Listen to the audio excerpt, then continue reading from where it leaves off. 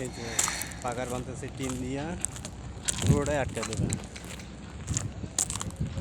এরা পামির কোম্পানি তো বিশাল বড় প্রজেক্ট, এটা অন্তত 400 থেকে 500 রুম হবে এবার থেকেও মতো বড়। আর ওই যে বাগান দেখা যাচ্ছে, বাগানের ভিতরে যাদের পারমিট নেই তারা রাত্রে ওই বাগানে যে ঘুমাচ্ছে,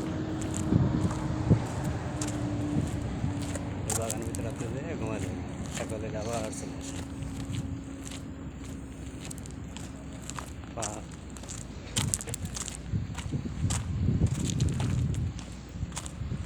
পাহাড়ের পিছনে যেয়ে রাত্রে ঘুমা থেকে রাত্রে বাগানে লম্বা লম্বা যে গাছগুলো দেখা যায় পাম ফল, যেহেতু সয়াবিন তৈরি হয় সেই ফল গাছেরা,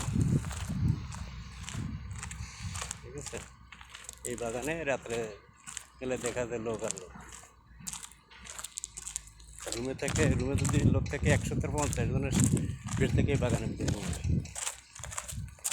না আছে সাপের ভয়, না আছে কোনো কিছুর ভয়, জীবনের নিরাপত্তার জন্য ওই যা বাগানে ঘুমায় থাকে।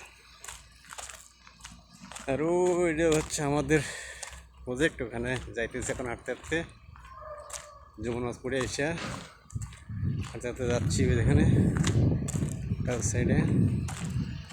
ওই যে আমাদের লোকত্যাং বানতেছে, ওই যে দাঁড়া দাঁড়ায় দেখা যাচ্ছে অল্প করে পানির ট্যাঙ্কির পাশ দিয়া। ওই হান্তলোর দিকে মাটি ফেলা নিচে যে, এইটা হচ্ছে প্রবাসীদের জীবন, রোদ বৃষ্টি নেই, কাজ করতেই হবে। সবাই দোয়া করবেন যাতে আমরা প্রবাসে ভালোভাবে থাকতে পারি, মালয়েশিয়ার পুলিশের হাত থেকে আমরা হেফাজতে থাকতে পারি। সবাই দোয়া করবেন।